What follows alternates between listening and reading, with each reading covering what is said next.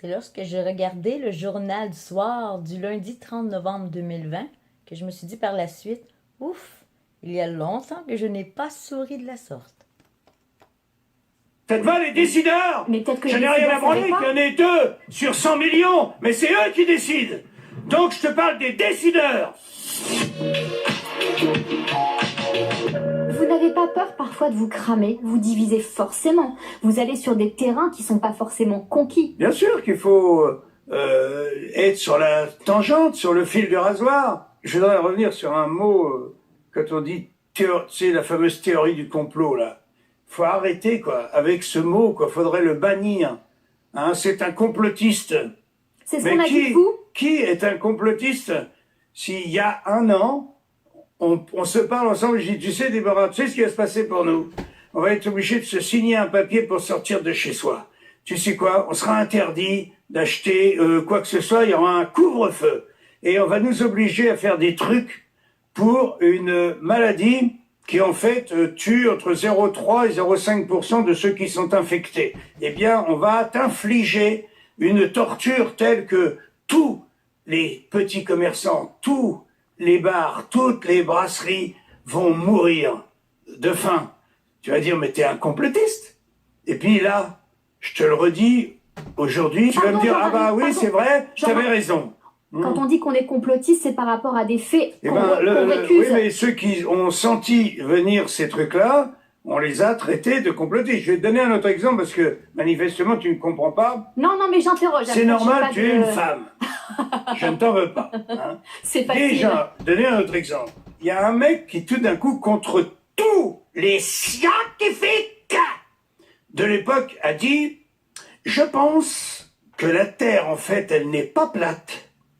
Je pense qu'elle est ronde. » Complotiste. Hein? Théorie du complot. Brûlé sur le bûcher. Et puis, à la fin, on dit, bah, mais, finalement, elle est ronde. Schopenhauer, écoute bien, disait, la vérité passe par 3 étapes. Elle est d'abord raillée, contredite, moquée, théorie du complot.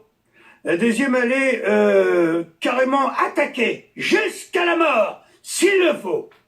Et la troisième étape, c'est qu'elle est finalement admise comme ayant été toujours une évidence. Voilà le chemin de la vérité. Simplement, par exemple, quand je parle, si je suis un conspirationniste, quand je dis que nos gouvernants ont fait tout et leur contraire, quand les scientifiques, à chaque fois je fais un petit geste, nous disent « il ne faut pas porter de masque, c'est dangereux ». Et quand 3 semaines après, ils nous disent « il faut porter un masque, c'est obligatoire ». Qu'est-ce qu'on peut penser? Est-ce qu'il y a quelque chose de complotiste là-dedans? Non, mais qui sont paumés. Ils savent peut-être Non, pas, c'est un pas nouveau paumés, virus, ils obéissent à des contraintes. C'est pas paumé. Parce que paumé, si jamais tous nos scientifiques sont une bande de fous, non, parce paumés. que c'était pas tous les scientifiques ne disaient pas ça. Il y avait pro-masque et disons que contre-masque. les décideurs. Ça te va, les décideurs? Mais peut-être que je les n'ai rien à décideurs branler savaient qu'il y en ait 2 sur 100 millions, mais c'est eux qui décident. Donc je te parle des décideurs. Quand un homme politique vient te dire que le conseil scientifique a décidé que, toi tu te dis, putain, c'est pas rien, c'est pas 3 personnes, c'est une majorité de gens qui décident. Et quand cette majorité te dit le contraire 3 semaines après, qu'est-ce que tu peux penser? Eh bien, tu penses tout simplement que ces gens-là sont aux ordres.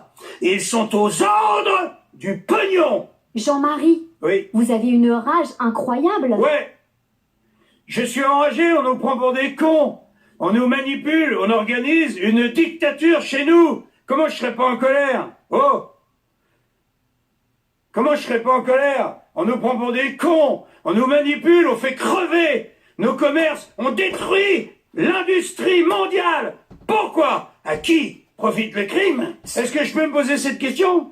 Tout le monde se la pose cette question, tout le monde peut se la poser en tout cas. Mais vous qui avez eu Emmanuel Macron au téléphone, oui. Pourquoi aujourd'hui vous l'appelez pas? Et cette rage-là, pourquoi vous ne lui envoyez pas ça? Je lui continue, je lui envoie des messages alors, qu'est-ce qu'il vous avec dit? la même rage, hein. Mais lui, il obéit. Qu'est-ce que ça fait avancer dans le débat en fait? Est-ce que ça fait Que avancer ceux qui ont le des débat? couilles les sortent. Et ceux qui n'en ont pas, qu'ils sachent que ce sont des lâches, des pauvres connards qui se planquent en attendant que la tempête arrête de souffler. Ou alors ils acceptent l'asservissement de la planète. Ouais. Pourquoi qu'il n'y a pas des gens comme ça, tout le monde en parle?